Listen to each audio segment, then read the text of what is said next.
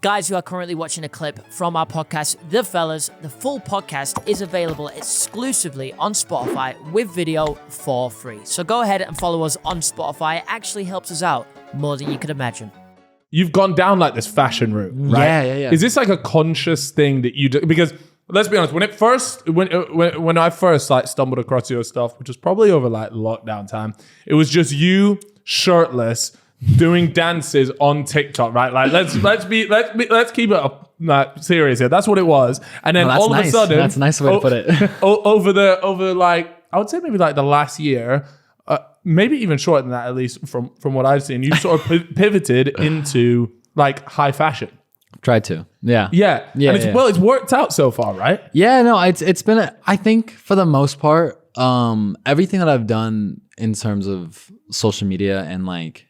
Because like I said, I'm still pretty new to all of it. So I'm still trying to like get my feet wet and trying to figure out like what exactly it is I want to do. Because obviously what I wanted to do kind of got like plans changed. Like during COVID, we got sent home. So like I didn't know what I wanted to do. Posted some videos, blew up, and then continued to grow more following. And then I was like, all right, well, I have a pretty rare opportunity like in my hands right now. Like what do I do with it? And so like came out to LA, collabed with some people, you know, eventually made the decision to stay out there. And it was more like at first it was fun because I was like, this is around the time I'd be in like, it was summertime anyway. So I'm like, worst case scenario, I come out here and then, I mean, I couldn't go back to school because the rule's over in like the States. What, the COVID stuff? With like NCAA eligibility. Like I wasn't able to make money based off the likeliness of my name, even though it had nothing to do with my sport. So we need to just explain to people really quick, because I can see Chip's brain trying to figure out what's going on here, because in the UK,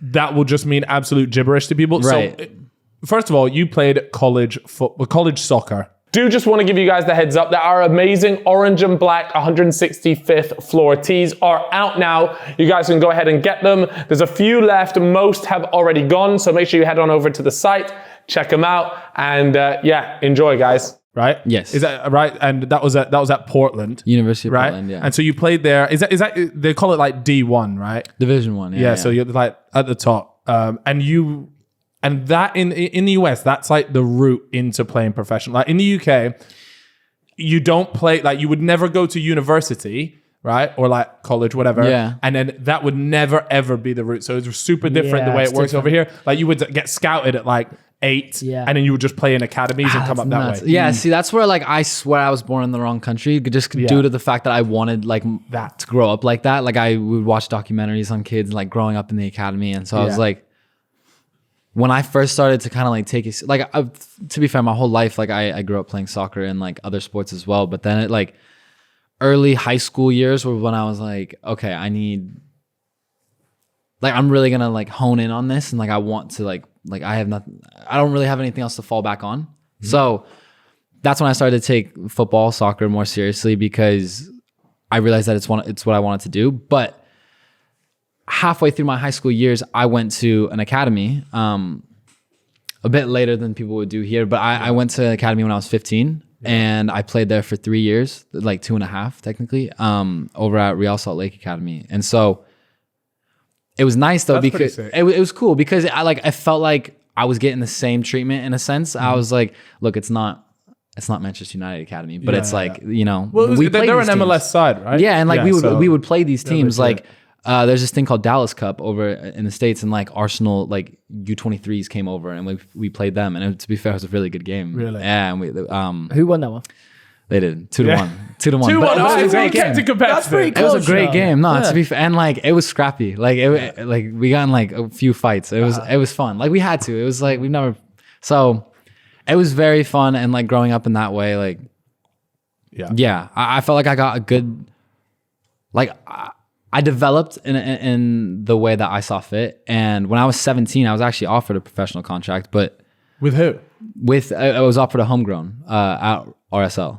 Oh, okay. So Real Salt Lake, yeah. So you were offered a pro contract. You turned that down. My parents wanted me to go to college. Oh, my parents are teachers. Yo, but think about it. like how different would things have turned out for me? If, You'd be starting for United in the DM role. You and McTominay in the middle. Yeah, we can have those conversations. I know what would have happened. Dortmund would have signed him. Yeah. You would have gone to a little like feeder club. They would have grown you up. Price tag now you're worth 90 M's. Yeah. and you could actually be shit, but English clubs will still pay the 90 M's as long as they marketed you correctly.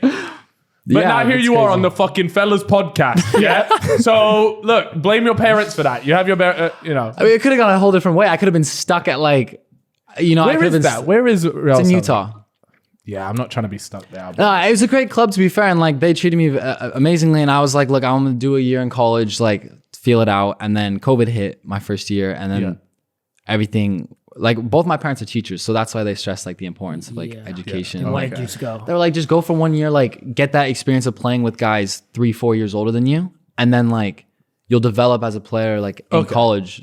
Either way. So I was gonna like my plan was to be a one and done, and then I actually had trials set up like over here in Europe. Who like, did you have it with?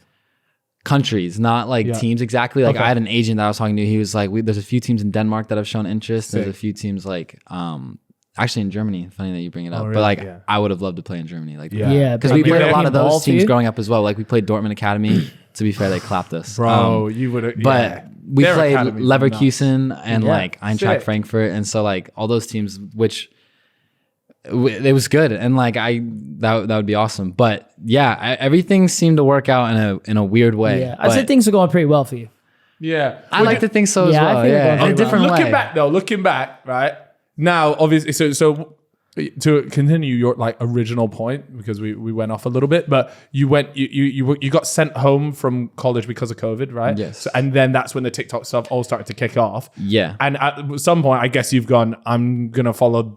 You had two routes, right? And you decided to go down like the TikTok route. I feel like calling it a TikTok route, but at the time it was that. Obviously, you've developed now into a lot more. Yeah. It developed into way more now. But so that's kicked off. But looking back now, were we right to take that route, or is a part of you there like I just wanted to see how far you could get?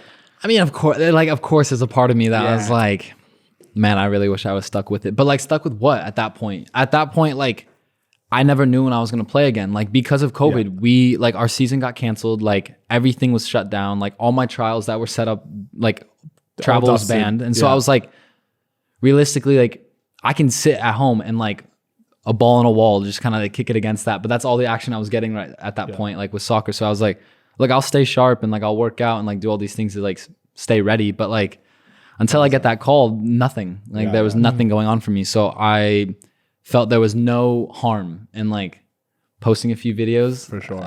Didn't expect them to, the fuck out of did everyone. not expect them to blow up. What was your first videos? Like what my was first the video, one? if you go back, it was actually me lip syncing to like a DaBaby song. And it was literally like the worst transitions like you'd ever see. Like I look back at it now and it's like I look back at a lot of my videos. Was it one of them ones where they're like ching, ching, like 100%, but not exactly like too musically in a sense. It was more of like talking right here, look over here, and then like do that, like that kind of thing. And so I was like, but that's how everyone came up though on TikTok. That's how you would like that was what was trending back then. Right? Exactly. So obviously I look back on it now. It's not like it wasn't exactly a timeless thing. It was one of those things where in the moment it was trending. This is some timeless content you've made not here, at Sir all, Beck. not in the slightest. Like that was not timeless, but it was trending at the time. So and obviously it worked. It worked, and so you needed to do Call of Duty commentaries, man. That's where it was at. That's what I came up on. A certain type of person. That. Yeah. No, seriously. I mean,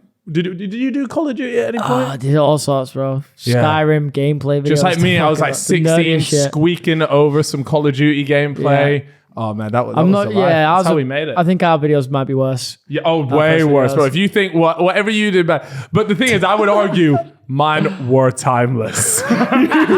You watch these things back, bro. You could see there was a legend in the making.